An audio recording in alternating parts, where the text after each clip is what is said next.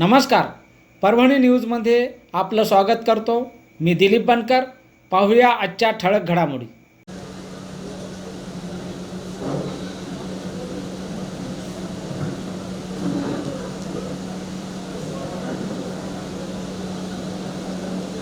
राज्यमाता गोमाता संवाद यात्रा ही 22 तारखेला सुरू झाली आणि आज परभणी हा 16वा जिल्हा आहे, ज्या जिल्ह्यामध्ये आम्ही 12 जण संपूर्णपणे प्रवास करीत आहोत. आपण बघितलं असेल राज्यमाता गोमातेचा रथ हा सुद्धा आम्ही बनवलेला आहे आणि आज ही परभणीमध्ये यात्रा आली. आणि एक गोष्ट आपण लक्षात घ्या, याला संवाद यात्रा नाव दिलं. ही सभा नाही, नुसतं भाषण करून जायचं नाही, संवाद झाला पाहिजे. आणि मला आनंद या गोष्टीचा वाटतो की मागच्या 15च्या 15 जिल्ह्यामध्ये या गोमातेसाठी जी उपस्थिती लाभली ते प्रत्येक स्टेजवर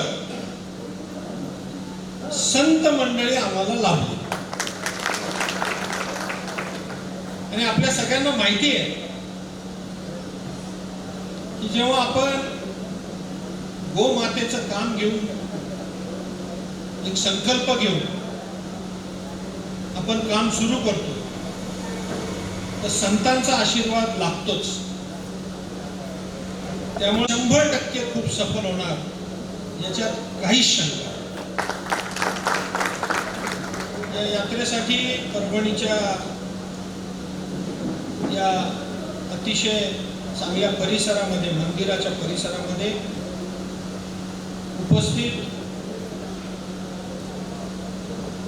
आणि आज जे 2 पाहुणे आलेत ना, त्यांचं जरी एक कुलगुरू असले, एक पोलीस अधीक्षक असले, तरी त्यांच्या भाषणात मला लक्षात आलं की हे गो भक्त आहेत.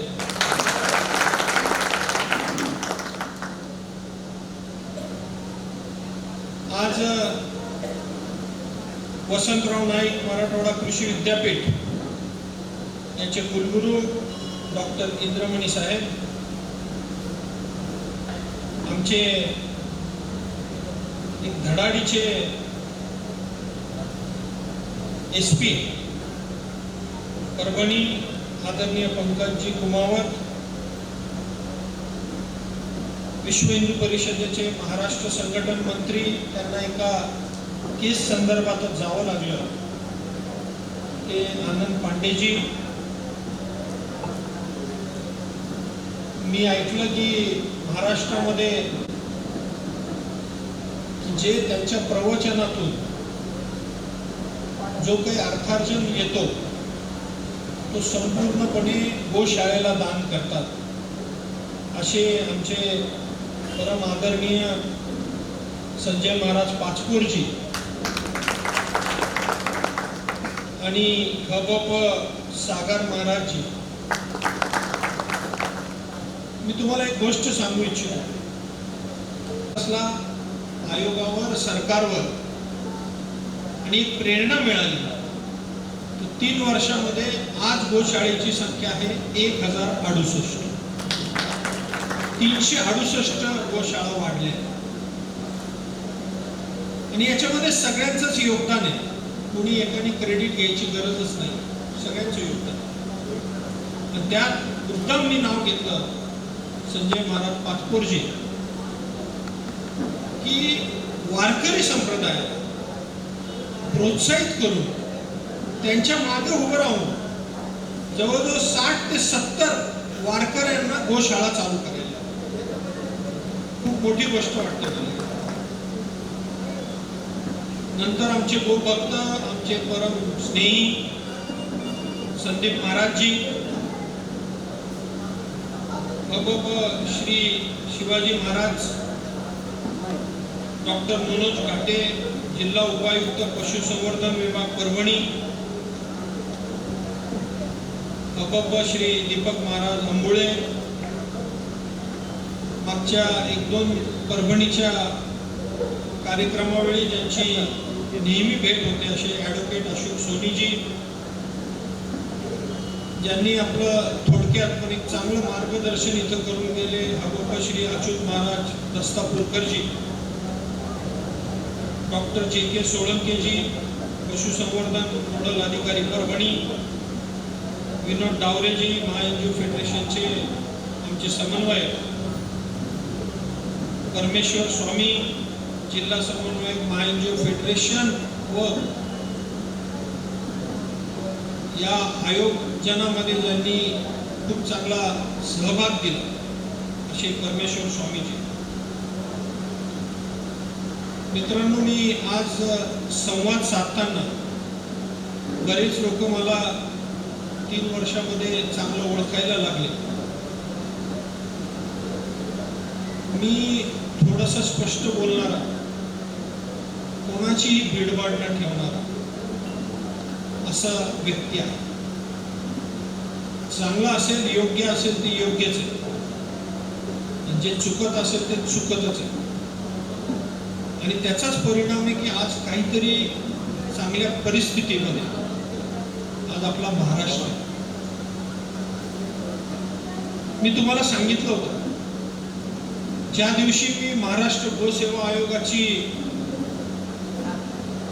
अध्यक्ष म्हणून पहिल्यांदा कारभार स्वीकारला आणि माझं पहिलं स्पीच झालं, तिथे मी सांगितलं होतं की मी खाणार नाही आणि खाऊन देणार नाही. पण काही गोष्टी मला कळाल्या, त्यामुळं मी आता एकच बोलू शकतो, मी खाणार नाही.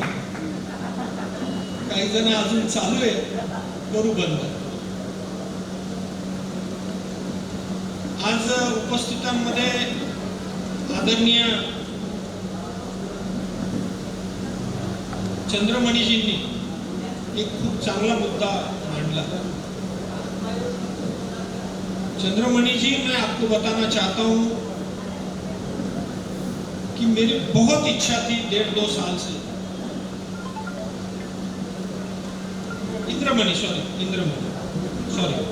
इंद्रमणि जी, मेरी बहुत इच्छा थी कि पिछले 1.5 साल से मैं सोच रहा था कि हमारे जो बुल है, म्हणजे ज्याला आपण बैल आणि वासरू म्हणतो, त्याचं काय करायचं, कसं करायचं. आणि मी तिथल्या विद्यापीठाला व्हिजिट केली. तेव्हा ते नव्हते, दुसरे कुलगुरू होते. एक कोई मैडम थी आपकी जो उसने सोलह, और बहुत अच्छा लगा, बहुत आश्चर्य लगा कि आप जिस हिसाब से जो बुल्स है उसके ऊपर काम कर रहे हैं, ये बहुत सराहनीय है. जवळ मित्रांनो, नाही खूप म्हणजे जास्त टाळ्या वाजवा. 16 ते 17 मशिनरीज या बैलावर चालतात. त्यांनी प्रात्यक्षिक ठेवलेली आहे. आणि हेच तर पाहिजे होतं. आपण जे म्हणायचो की बैलांचं काय करायचं, त्याच्यातला हा एक उपाय असू शकतो. आणि मला असं वाटतं, आयोगाची स्थापना झाल्यानंतर पहिलं हे राहुरी कृषी विद्यापीठ, ज्याच्या संशोधन केंद्राला मी भेट दिली. कारण आमच्या आयोगात जे घटना आहे आमची, त्याच्यात लिहिलेलं आहे सगळ्या कृषी विद्यापीठांबरोबर काम कर. मापसू असेल, बाकीचे कृषी विद्यापीठ असेल, यांना घेऊन काम करायचं. त्यामुळे मी तिथे पण भेट दिली, मापसूला भेट दिलेली. तिथे गेल्यानंतर मला असं लक्षात आलं, आमचे डॉक्टर माने म्हणून तिथे होते. जबरदस्त माणूस. तुम्हाला माहिती आहे, एक माणूस जरी चांगला आला तर काही बदल घडू शकतो. त्या माणसाने इतकं चांगलं संशोधन केंद्र तिथं केलं. मग आम्ही हळूहळू त्यांच्याशी संपर्क वाढवला. आमच्या महाराष्ट्र गोसेवा आयोगाचे ते सदस्य आहेत आणि त्यांना मी सांगितलं की इथे देशी गोवंश संवर्धन आणि संशोधन केंद्र हे तुम्ही चांगल्या पद्धतीने उभं करा. त्यांनी ते केलं, खूप चांगलं काम केलं. त्याला आम्ही पहिला गो पर्यटन म्हणून स्थळ डिक्लेअर केलं. एवढंच नाही, मी ह्या विद्यापीठाकडे येण्यासाठी हे सगळं लिंक करतोय. आदरणीय दिवंगत अजितदादा पवार यांच्याकडे जेव्हा प्रपोजल ठेवलं, कारण ते फायनान्स मिनिस्टर होते, की देशी गोवंशाचं प्रशिक्षण, संरक्षण, संवर्धन, क्वांटिटी नको, आम्हाला एक मॉडेल उभं करायचं. आणि तुम्हाला सांगतो, मागच्या वर्षी 70 कोटी रुपये महाराष्ट्र शासनाने त्यांना मंजूर केले. आणि आराखडा बघाल तर खरंच आपल्याला अशी मान उंच होईल, छाती फुगेल की आमच्या देशी गायींबद्दल काय काय होऊ शकतं, काय काय असू शकतं. सेम धर्तीवर चंद्रमणीजी, मी आपल्याला सांगू इच्छितो, सॉरी इंद्रमणीजी, इंद्रमणीजी, मी आपल्याला सांगू इच्छितो. आता जरी बोललो तर लक्ष नका देऊ. तुम्ही समजा इंद्रमणी म्हटलं, हा म्हणजे आता तुम्ही मला परत नका करेक्ट करू म्हटलं तर तुम्ही समजून घ्या. इंद्रमणि जी, मैं पूरी कोशिश करूंगा, जैसे हमने राहुरी कृषि विद्यापीठ में देशी गाय का संशोधन और संवर्धन केंद्र किया है, वैसा ही आपल्या बैलांचं संवर्धन आणि प्रशिक्षण केंद्र आपल्या कृषी विद्यापीठात कसं होईल, त्याला पण बजेट मी मुख्यमंत्रीजींना स्पेशल विनंती करून नक्की सांगेल. अजून एक प्रॉमिस करतो, 5 तारखेला याचा समारोप हा नागपूरमध्ये आहे आणि काही मुद्दे मी तिथे मांडणार आहे. त्याच्यात हा मुद्दा मी त्यांच्या समोर मांडेल की इथे आपल्याला हे करायचं. सुंदर असं महाराष्ट्रातलं आपण इथे उभं करण्याचं प्रयत्न नक्की करूया. आणि त्याचं कनेक्शन पण मला वाटतं, इथे त्रिधारा आहे का, त्रिधारा, आणि त्रिधारा आहे ते शंकराचं स्थान आहे आणि शंकर आणि नंदीचं कनेक्शन आहे. मला असं वाटतं ते होणारच आहे. आता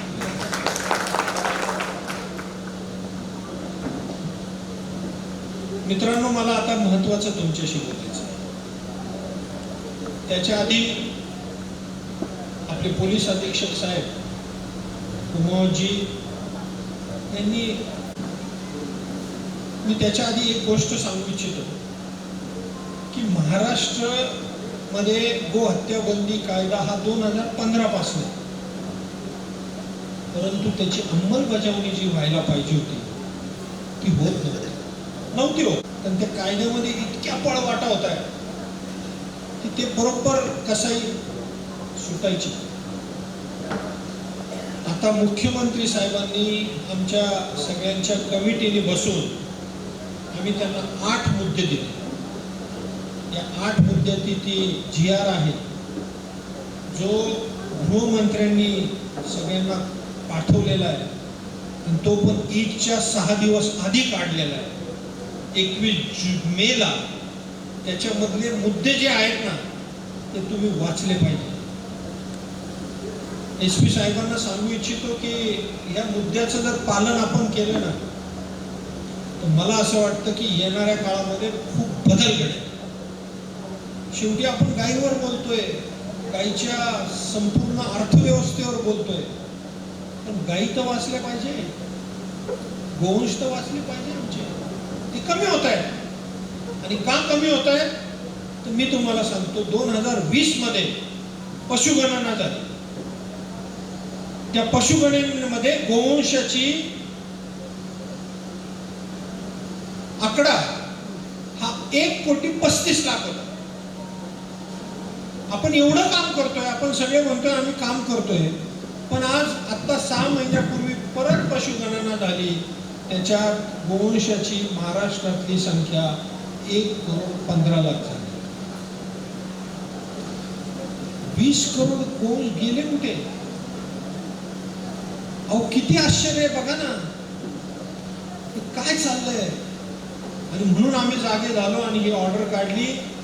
याच्यामध्ये 2-3 मुद्देच फक्त तुम्हाला सांगेल की संपूर्ण पोलीस डिपार्टमेंट, परिवहन डिपार्टमेंट, जी जी जी परिवहन डिपार्टमेंट, पशुसंवर्धन डिपार्टमेंट या सगळ्यांना आता इन्व्हॉल्व केले. सगळ्यांनी मिळून प्रत्येकाने एक नोडल ऑफिसर आता नेमायचा आहे. तो नोडल ऑफिसर या सगळ्या कायद्यासाठी तो असणार आहे प्रत्येक जिल्ह्यामध्ये. आणि मला असं वाटतं की खूप मोठी स्टेप ही आपले महाराष्ट्राचे मुख्यमंत्र्यांनी. दुसरं कायदा सांगतो याच्यात, दुसरं पॉइंट, सगळ्या पोलीस अधीक्षक असेल, परिवहन असेल, यांनी याच्यावर कारवाई तर करायचीच आहे. पण SP साहेब आपल्याला सांगू इच्छितो, याच्यामध्ये एक प्रोव्हिजन टाकलेली आहे की सर्व महानगरपालिका ते नगरपालिका या क्षेत्रामध्ये जर कुठला अनधिकृत कत्तलखाना असेल तर तो शोधायचा आहे आणि त्याला उडवायचा आहे. हे सुद्धा याच्यामध्ये स्पष्ट सांगितलं आहे. त्यामुळं याच्यावर कारवाई करा. तिसरी गोष्ट, कायदा इतका कडक केलेला आहे की आता ह्या गुन्हेगारीला मकोका लागणार आहे. जास्त 3 वेळापेक्षा जास्त जर ही कारवाईमध्ये तो माणूस समोर आला त्याला तडीपार करणार आणि मकोका लागणार आहे. मकोका कायदा असा आहे, त्यांनी विसरून जावं बाहेर यायचं. त्या कसायांना जाम करण्यासाठी सरकार तर प्रयत्न करत आहे, पण आपली भूमिका पण खूप महत्वाची. आपणही कायदा हातात नका घेऊ.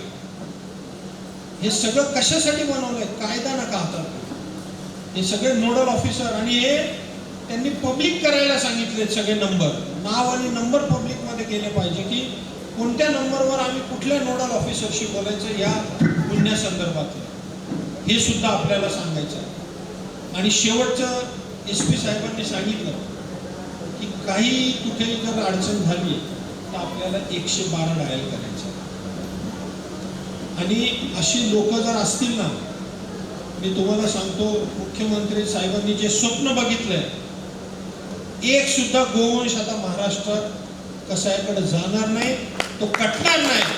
त्याच्यासाठी आम्ही तर आहोत, पण असे अधिकारी असल्यामुळं आम्हालाही बळ येतं, त्यांना आम्ही असल्यामुळं त्यांनाही बळ येतं. आणि आपण सगळ्यांनी एकत्र याच्यामध्ये काम करायचं. मी आज ही संवाद यात्रा का काढली? मी ही संवाद यात्रा याच्यासाठी काढली की आता वेळ आलेली आहे. शेतकऱ्यांनी, गोशाळा चालकांनी, गोसेवकांनी आणि दानदात्यांनी आता एकत्र काम केलं पाहिजे. जर आपण एकत्र काम नाही केलं तर मी तुम्हाला सांगतो, येणारी परिस्थिती ही खूप खराब असणार आहे, खूप बिकट परिस्थिती असणार. आज तुम्हाला मी सांगतो, आपल्यावर ग्रीन रिव्होल्यूशन लादलं गेलं. तेव्हा वाटलं केमिकल फर्टिलायझर आणि पेस्टिसाइड आले, आता उत्पन्न वाढेल.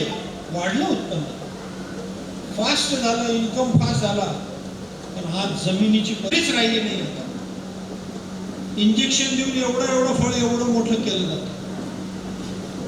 आणि ते पिकवण्यासाठी, फास्ट पिकवण्यासाठी काहीच्या काही प्रमाणात केमिकल आणि पेस्टिसाइड वापरले जातात. हे सगळं आता बंद करायचं. आज मी तुम्हाला सांगतो, आता प्राकृतिक शेती आणि गो आधारित शेती होणं खूप गरजेचं आहे. आणि याच्यामध्ये मी अधिकाऱ्याने कोणाला सांगू शकतो? तर पहिलं मी अधिकाऱ्याने गोशाळेला सांगतो. आज 1986 गोशाळा आहे, त्याच्यामध्ये 1,53,000 गोवंश आहे.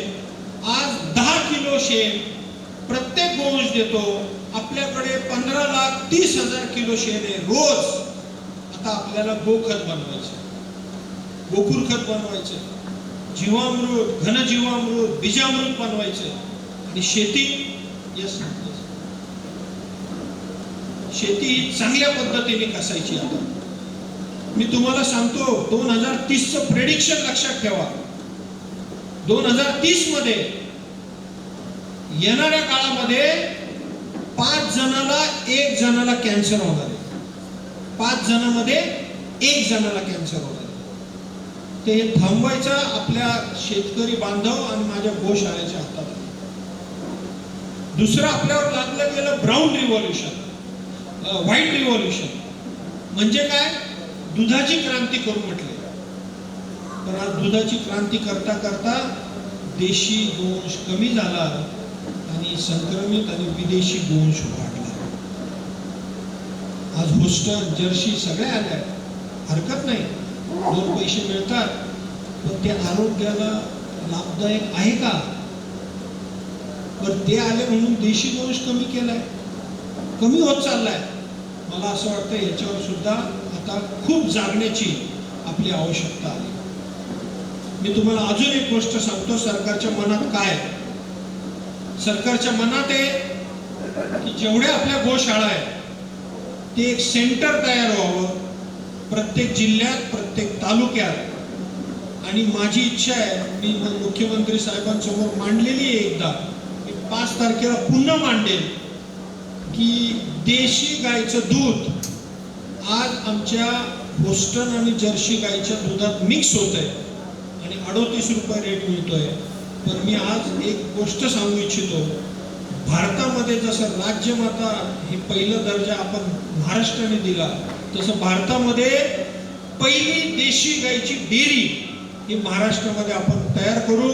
त्याचं कलेक्शन सेंटर हे गोशाळा असेल आणि शेतकऱ्यांना पहिला भाव आपण 75 रुपयाच्या आसपास देऊ. याच्यामुळं प्रोत्साहन मिळेल, शेतकरी देशी गायीकडे वळतील, हा याच्या मागचा उद्देश आहे. आणि तिसरं आणि महत्वाचं सांगतो, आता वेळ आलेली आहे ब्राऊन रिव्हॉल्युशनची. क्रांती करायची शेण आणि गोमूत्रातून, म्हणून त्याला ब्राऊन रिव्हॉल्युशन म्हणायचं. आणि ही जर आपण केली ना, येणारा काळ हा खूप चांगला काळ असेल. आपण म्हणायचो ना, गोवंश असेल जिथे तिथे सगळं साधन सामुग्री सगळ्या गोष्टी चांगल्या असतात. आणि ह्या करण्यासाठी आपल्याला ब्राऊन रिव्हॉल्युशन घडवावं लागेल. आपल्याला गोमय मूल्यवर्धन करावं लागेल. आपल्याला शेण आणि गोमूत्रातून क्रांती करावी लागेल. त्याच्यासाठी काय करतोय आम्ही, तर 2-3 गोष्टी तर आम्ही केलेल्या आहेत. तुम्हाला माहिती आहे, महाराष्ट्र पहिलं राज्य आहे. 8 राज्यामध्ये आयोग आहे, पण कोणी राज्यमाता केलं नाही. पण दुसरं पण नाही काही केलं, ते म्हणजे अक्षय तृतीयेला आपण सरकारतर्फे गोमय मूल्यवर्धन दिवस आपण आता डिक्लेअर केलेला आहे. त्या दिवशी गोमय मूल्यवर्धन करायचे. बघा, काहीतरी प्रेरणा द्यावी लागते लोकांना. आपण 22 जुलै देशी गोवंश संवर्धन दिवस डिक्लेअर केलेला आहे. आपण चांगलं संवर्धन होणं खूप गरजेचं आहे. आणि हे सगळं जर करायचं असेल तर आपल्या सगळ्यांना याच्यामध्ये पुढाकार घ्यावा लागेल. आणि दुसरं मी सांगतो, आज आपली एक निर्णय किती बदल घडू शकतो ते तुम्हाला सांगतो. आज आपण अंत्यविधी जे आहेत ते सांगितलेले आहेत की लाकडात नाही करायच्या, ते गोकास्ट आणि गोबरमध्येच करायचे. आणि त्या ऑर्डर मी कलेक्टरला काढायला लावलेल्या आहेत.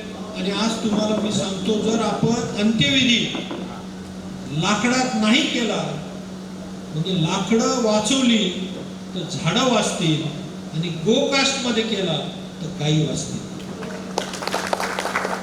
दुसरा आम्ही संकल्प घेतला होता, हे प्रेरणा आहे, तुम्ही अजून प्रोडक्ट करू शकता. गोमय गणपती आम्ही पहिल्या वर्षी अपील केलं. तुम्ही दुसरे गणपती वापरताय, चांगली गोष्ट आहे, गणपती आपली भावना आहे. पण तुम्ही जर गोमय गणपती केलं तर ते अजून सगळ्यांच्या हृदयाला भावेल. तर त्याच्यातून येणारा पैसा हा माझ्या गोशाळेला मिळेल, त्यांचं अर्थार्जन चालेल त्याच्यातून. आणि म्हणून गोमय गणपती मी पहिल्या वर्षी अपील केलं. 5000 गोमय गणपती विकले गेले. दुसऱ्या वर्षी अपील केलं 50,000 गणपती विकले गेले. तिसऱ्या वर्षी अपील केलं 11 कोटीचे गणपती विकले गेले. या वर्षी आपण ठरवूया 21 कोटीचे गणपती विकायचे. आज मला सांगा ना, किती शेण लागतं आणि किती त्रास होतो त्याचा, किती खर्च आहे त्याला. एक जर गणपतीतून तुमचं खूप मोठा अर्धा होतो. मी बघतो खूप लोक खूप कष्ट करतात, पण दिशा नाही हो, दिशा नाही. मी तुम्हाला खरं सांगतो, मला खूप तळतळ वाटत. आता पण मी स्टॉलवर जाऊ, अगरबत्ती बनव, धूप बनव, साबण बनव. कसं विकणार तुम्ही, कसं विकणार आहे मला हे तर सांगा. पण तुम्ही हे प्रोडक्ट करा. आपण महाराष्ट्रभर असे 5-6 प्रोडक्ट तयार करू. आणि मी तुम्हाला पुढचं सांगतो की याचा सगळ्याचा खादीसारखा एकच ब्रँड हा आपला महाराष्ट्र गोसेवा आयोगाचा असेल. त्याचं नाव असेल गो10. गो10 का? अख्खं हे जे चक्र आहे ते गो10चं चक्र ठरवलेलं आहे.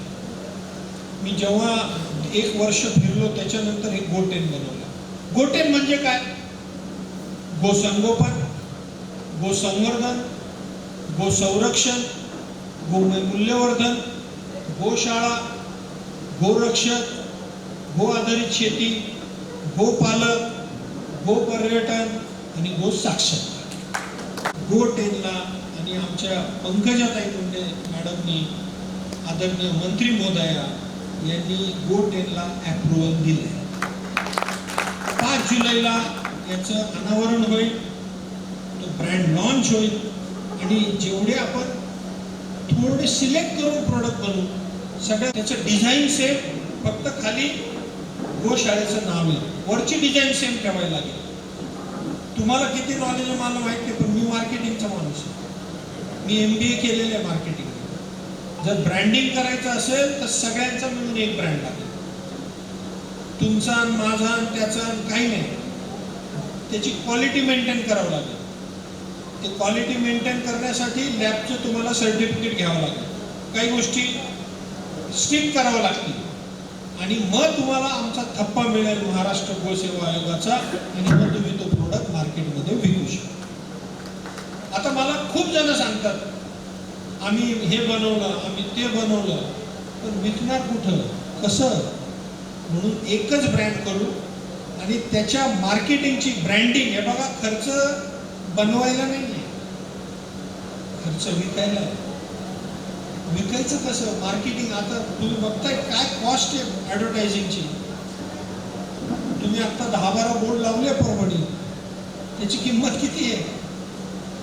असे तुम्ही कुठं कुठं करणार आणि कसं ब्रँडिंग? पण ते सरकार जबाबदारी घेईल. ते ब्रँडिंगची सरकार जबाबदारी घेईल. सरकारकडे खूप ठिकाणं आहे, याला सिरियसली घ्या.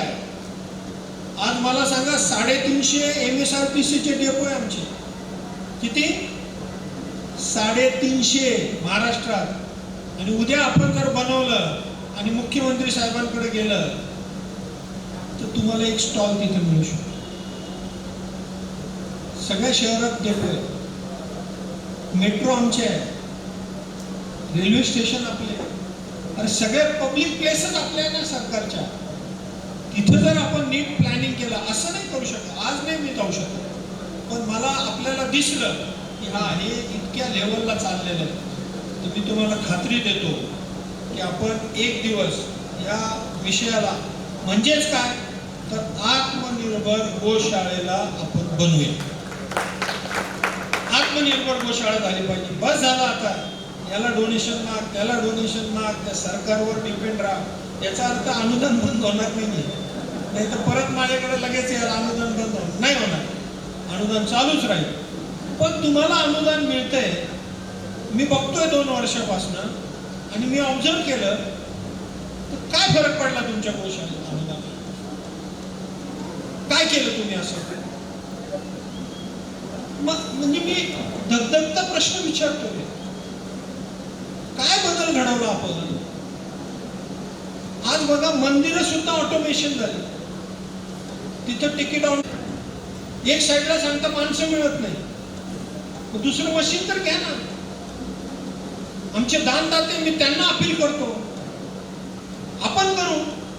चला तुम्ही इच्छा तर प्रकट करा. तुम्ही गोकाशची मशीन घ्या. ती काल मी गेलो तिथं, म्हणजे मला काही कोणाला बोलायचं काय ते त्याचा शेप पण काय कसं चालेल, कसं घेतील लोक. आणि हे काय अवघड आहे का? खूप काय भारी टेक्नॉलॉजी आहे का? आता कुठं चाललंय भारत, आपण कुठं चाललोय, आपण त्याच लेवलला आहे, तसंच चाललंय. पार त्या गोशाळेत गेले की चिखल होतो आणि ते सगळे शेड अर्धे शेड नका करूया. आता तुम्हाला जर पुढे यायचंय ना तर थोडं पुढे यावं लागतं. नाही केलं तर माझं काही म्हणणं नाही, तुम्ही तसंच चालू. माझ्याकडे आलं तर मग मी तसंच उत्तर देईल, मला जे उत्तर द्यायचं मी नाही ऐकणार. आणि आहे ना संधी आहे, आत्ता संधी आहे. अनुदान होणार आहे. मी तुम्हाला हेही सांगतो, 5 तारखेला मी बोलणार आहे देवेंद्रजींशी की आम्हाला बैलाला आणि गोऱ्याला पण अनुदान सुरू करणार आहे. नाहीये, भक्कमपणे तुमच्या मागे उभं आहे. पण काय होतं माहितीये का, माझे गुरु आहेत, त्यांनी मला एक वाक्य सरकारमध्ये यायच्या आधी सांगितलं होतं. ते वाक्य इतकं 3 वर्ष झालं मी अनुभव घेतोय, इतकं परफेक्ट येते. श्री रविशंकरजी आर्ट ऑफ लिव्हिंगचे माझे गुरु आहेत. जेव्हा मी आयोगाचा अध्यक्षपद झालो, तुम्हाला माहिती आहे राजकुमार, त्यांनी मला एकच वाक्य सांगितलं, सरकार व्यवस्था बघू शकतं, अवस्था आपल्याला बदलायला लागेल. याचा अर्थ जर तुम्हाला कळाला तर तुम्ही जिंकले. सरकारला नाव ठेवून, सरकारवर बोलून हेच होत नाही, तेच होत नाही, काही फरक पडणार नाही. का फरक पडणार नाही? मी मजेने सांगतो, म्हणजे याला रेकॉर्ड नका करू. सरकारला साहेब 4 भाषा समजतात,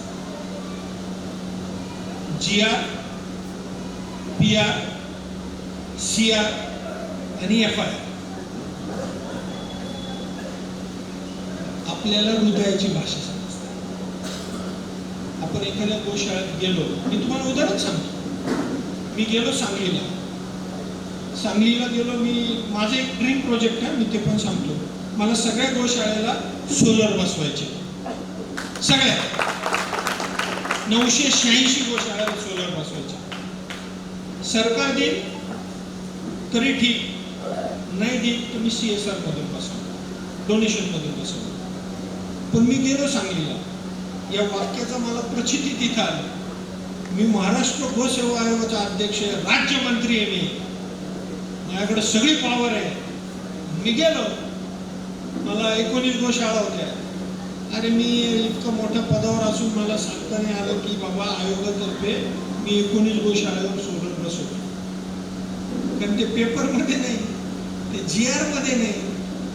माझ्या उदाहरण, पटवर्धन राजा अध्यक्षस्थानी होते, त्यांना ही भावना व्यक्त केली. त्यांनी खाली ऑफिसमध्ये बोलवलं. ते म्हटले क्या करणार आहे शेखरजी, काय तुम्ही सांगा. म्हटलं साहेब एकच विनंती करतो, मला पैसे नको, आमच्या 19 गोशाळेला सोलर लावून द्या. त्यांनी कबूल केलं. आता हे सरकार करू शकत नाही, पण आपल्यासारखे व्यक्ती करू शकतात. कारण आपल्याला अवस्था कळते काय परिस्थिती. त्यामुळे सरकारचं काम सरकार करेल. सरकार पण खूप महत्वाचा रोल आहे आणि आपलं काम आपण करूया. आणि हे सगळं जर हातात हात मिळून काम केलं तर मला वाटतं येणारा काळ आपल्याला आपल्या ज्या मनात आहे ना, आम्ही राज्यमाता दर्जा दिला हो,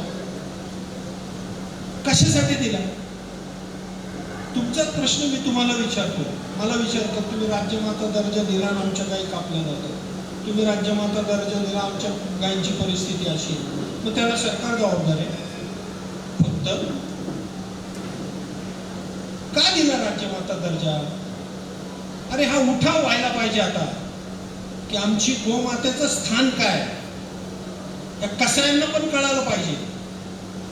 हात लावला तर बघा. आणि हा आपल्या सगळ्यांचा विषय. मी तुम्हाला परत नाही येणार, मी इथे आता लोक चळवळ उभी राहिली पाहिजे. कशासाठी एवढी तळतळ करतोय आम्ही? आणि मी तुम्हाला आज एक गोष्ट सांगतो सगळ्यांनाच, मी आणि आमचे 7-8 सदस्य आहेत. सरकार मला गाडी देत होतं, मी गाडी नाही घेतली, माझी गाडी वापरतो. आम्हाला ट्रॅव्हलिंग आणि खर्च देत होतं, आम्ही नाही घेतलं. मग आपण हे पैसे घ्यायला लागलो ना, आपली नियत फिरेल, आपण वाच करू. नाही घेत आम्ही कोणी, एकही वाउचर नाही आमचं आणि घेणार पण नाही. माझा आर्ट ऑफ लिव्हिंग मध्ये पण 25 वर्षात एकही वाउचर नाही. मी आता माहेश्वरी विद्या प्रचारक मंडळाचा अध्यक्ष आहे, तिथं पण एक पण वाउचर नाही. कारण मला माहिती आहे, मी जिथं सेवा करायची ना, मग सेवाच करायची. व्यवसाय करायचा तिथं व्यवसायच करतो मी. तिथं नाही मी सांगत माझी घे रे बाबा, तुला आवडलं घेऊन जा माझं प्रोडक्ट. नाही, व्यवसाय व्यवसायाच्या जागी, सेवा सेवेच्या जागी. पण आपल्यातले काही लोक सेवेच्या नावाखाती जो धंदा चालू केलाय ना, त्याला पण चरप बसवणार आहे, त्यालाही थांबवणार आहे. मला राधाकृष्ण महाराजजींचं एक वाक्य चांगलं आठवतं. ते मला म्हटले, एक बात ध्यान में रखना, आप काम कर रहे हैं, हिंदू वही है जो गौ माता को अपनी माता मानता है, बाकी सबको छोड़ दो. कोई अगर गौ माता पे आर्ग्यूमेंट करता है तो उसको छोड़ ही दो, वो हिंदू नहीं. आणि अशीच परिस्थिती आता काही प्रमाणामध्ये आपल्याला गोरक्षण करताना मला समोर आली. का आली? तर गाय हिंदूंची वाचव विचारणं. गाय कोण सांभाळतात? शेतकरी कोण आहे? हिंदू आहे. एजंट कोण आहे त्याच्याकडे जायला? अध्यात्मातून बघतोय आणि फक्त सेवेच्या माध्यमातून. आता थोडा गिअर चेंज करा. हे आहेच, आता सायंटिफिकली बघा आणि व्यवसायाने बघा, तर हे सगळं चालेल, वाचेल. बघा, तुम्हाला एवढी गोवंशाची संख्या वाढेल, पण त्याला महत्त्व प्राप्त झालं पाहिजे. आणि मी तुम्हाला परत सांगतो, एक वाक्य सगळ्या गोशाळेला मला वाटतं मी सांगितलंय आधी, चुकून सुद्धा असं म्हणू नका की मी 300 गोमातेला सांभाळतो, मी 400 गोमातेला सांभाळतो, मी 200 गोमातेला सांभाळतो. नाही, गोमाता तुम्हाला सांभाळतो. चुकून पण नका काढू. हा, मी गोमातेची सेवा करतो, 300 गोमातेची सेवा करतो म्हणा, सांभाळायचं वाक्य वापरू नका. तुमची ताकद नाहीये न माझी ताकद आहे. तिने तिची व्यवस्था केलेली आहे, आपण तिला न्याय देत नाहीये. ती दुधावर नाहीये. किती वेळा सांगू आता हे, ती दुधावर नाहीच आहे. तिने गोबर आणि गोमूत्र शेवटच्या श्वासापर्यंत देणार आहे. त्याचा तुम्ही वापर करा ना, पैशासाठी नाही नुसत्या. ते जिथं जाईल ना तिथं बदल घडणार आहे. जे गोमूत्र पितील, गोअर्क पितील, पंचगव्य करतील, गोबर पासून प्रोडक्ट बनवतील. आता एक घड्याळ बनवलं, कशासाठी बनवलं? आणि मी सांगितलं होतं, खरं मला खूप त्रास होतो हा. मी म्हटलं होतं बुके, शाल, हार नका आणू रे. त्यापेक्षा माझ्या गोशाळेकडून 200 रुपयाचे प्रोडक्ट घ्या आणि मला द्या. ते 5 स्टॉल लावले ना, तिथून घेतले असते तर 2 पैसे त्यांना मिळाले असते. हे शॉल सगळे आम्ही दुसऱ्याला घालतो. दुसऱ्या दिवशी ते बुके इथं सोडून जाणार. आपण कोणीतरी सुरुवात करा ना. ते चांगले का वाईट आहे जाऊ दे, म्हणू दे. प्रॅक्टिकली हेच आहे. गोमय प्रोडक्ट सगळ्यांनी, सगळ्या कार्यक्रमात, मला माहित नाही कोण करेल कोण नाही, आपण करा. शॉल, हार, बुके बंद करा. काहीच कामाचे नाही. बघा, ते आता मी येताना बघितलं, मला हात घातला, खाली पडला, त्याच्यावर पाय ठेवून चालले होते. काय फायदा आहे राव? 100, 200 ती जेवण ठेवलंय ना, म्हणजे ऍटलीस्ट नाही तर परत अतृप्त होऊन कोणी जायला नको. मग काय राहिला असेल तर जेवल्यानंतर थोडं शांत होऊन जाईल सगळ्या गोष्टी. तर आपण आलात. आणि मी अजून एक सांगतो बरं का, एक विशेष सांगतो, विशेष एकदम. गोमाताची कृपा बघा. आम्ही 15 जिल्हे जाऊन आलो. 15च्या 15 जिल्ह्यामध्ये पुण्यापासून तर काल नांदेडपर्यंत सगळीकडे आम्ही जाऊन आल्यावर सगळीकडे पाऊस सुरू झाला. ही गोमातेची कृपा आहे. आणि दुसरी गोष्ट, स्टेजवर सगळे संत आम्हाला लाभले. आणि तिसरी गोष्ट, जे श्रोते मला पाहिजे होते, मला गर्दी नको होती, मला संवाद साधायचा, मला गर्दी नकोच होती. आणि तुम्ही एवढे थांबलेत ना, म्हणजे याचा अर्थ खरंच तुम्ही गो बघता. तुम्हाला मी नमन करतो आणि इथे थांबतो. शेवटी एक घोषणा देतो, गो माता की, गो माता की, गो माता की, भारत माता